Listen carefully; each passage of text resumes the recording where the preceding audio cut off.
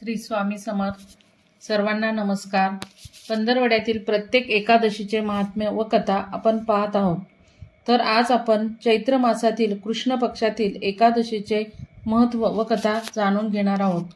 ही एकादशी वरुथिनी एकादशी या नावाने ओळखली जाते. वरुथिनी म्हणजे कवच.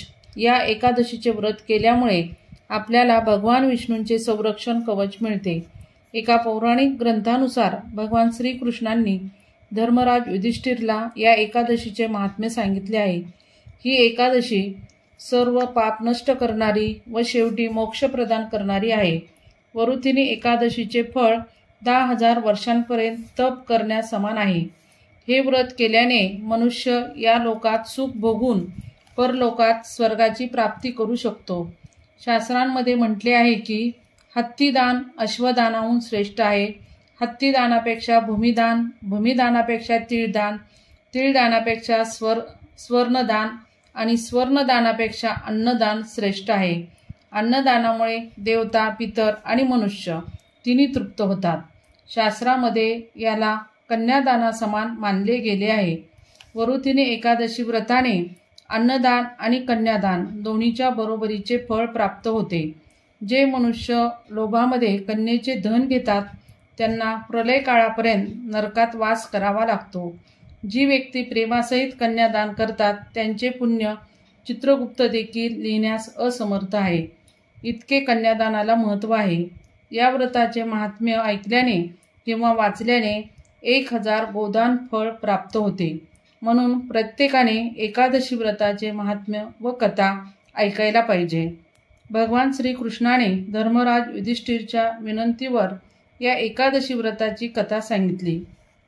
प्राचीन काळी रेवा अर्थात नर्मदा नदीच्या काठावर मानधाता नावाचा अत्यंत परोपकारी व तपस्वी राजा राज्य करत होता. दानवीर राजा जेव्हा जंगलात तपस्या करीत होता तेव्हा एक जंगली अस्वल आले आणि राजाच्या पायाला चावू लागले. त्या अस्वलाने राजाला खेचून दाट जंगलात घेऊन गेले. तेव्हा राजाने तपस्या धर्माचे पालन करत विचलित न होता प्रभू विष्णूंची प्रार्थना केली. तपस्वी राजाची प्रार्थना ऐकून प्रभू विष्णू तेथे प्रकट झाले आणि सुदर्शन चक्राने अस्वलाचा वध केला. परंतु तोपर्यंत अस्वलाने राजाचा एक पाय खाल्ला होता. याने राजा मानधाता खूप दुःखी झाले. भगवान श्री विष्णूंनाही आपल्या भक्ताच्या वेदना पाहून दुःख झाले. भगवान विष्णूंनी यावर राजा मानधनाला एक उपाय सांगितला. पवित्र नगरी मथुरा धामला जाऊन प्रभूंच्या वराह अवताराची पूजा करण्यास सांगितले. तसेच वरुथिनी एकादशी व्रत करण्यास सांगितले. या व्रताच्या प्रभावाने पाय बरा होईल असे सांगितले. कारण या पायाची दशा पूर्वजन्मी घडलेल्या गुन्ह्यामुळे झाल्याचे त्यांनी सांगितले. भगवान श्री विष्णूंच्या आज्ञांचे पालन करत राजा पवित्र पावन नगरी मथुरा धामला पोहोचले आणि पूर्ण श्रद्धा व भक्तिभावाने एकादशीचे व्रत केले, ज्यामुळे त्यांनी गमावलेला पाय पुन्हा प्राप्त झाला.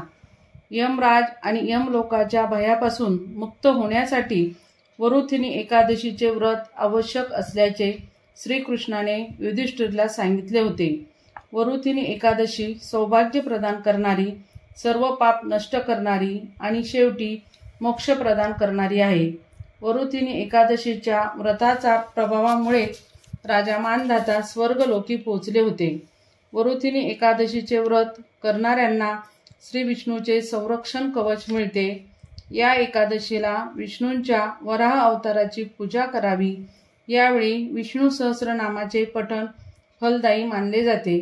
श्री विष्णूंच्या दशावताराची कथा ऐकावी किंवा स्मरण करावे. ही माहिती तुम्हाला आवडली असेल तर निसर्ग आणि नारी या चॅनलला सबस्क्राईब करण्यास विसरू नका. धन्यवाद.